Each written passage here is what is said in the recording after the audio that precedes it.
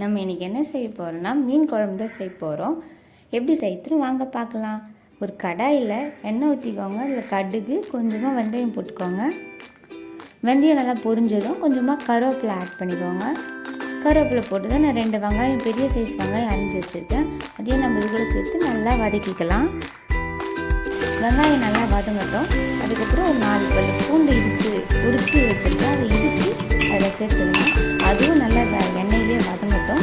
வெங்காயமும் பூண்டும் நல்லா வதங்கினதுக்கப்புறம் நான் 2 சைஸ் தக்காளி எடுத்து அரைச்சிக்க போகிறேன். அரைச்சி சேர்த்துக்க போகிறேன். அப்போ தான் மீன் குழம்பு நல்லா திக்காக நல்லா இருக்கும். ஸோ நான் தக்காளி அரைச்சி சேர்த்துக்கிட்டேன். அதுவும் நல்லா வதங்கட்டும். அது கூட கொஞ்சமாக இஞ்சி ஆட் பண்ணிக்கோங்க.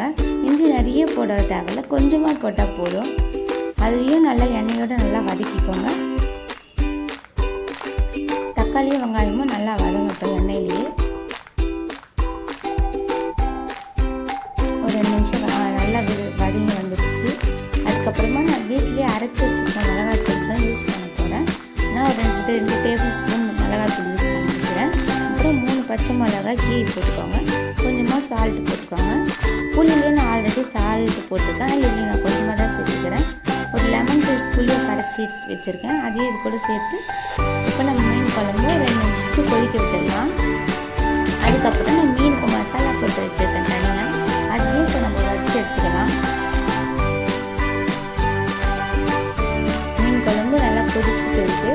அதில் கொஞ்சம் கொஞ்சமாக நம்ம மீன் சேர்த்துக்கலாம். நல்லா கொதிக்குது. இப்போ மீன் சேர்த்துட்டு அதையும் ஒரு 2 நிமிஷம் கொதிக்க விட்டால் நம்ம கம மீன் குழம்பு ரெடி ஆகிடும். வறுத்த மீனும் ஒரு பக்கம் ரெடி ஆகிடும்.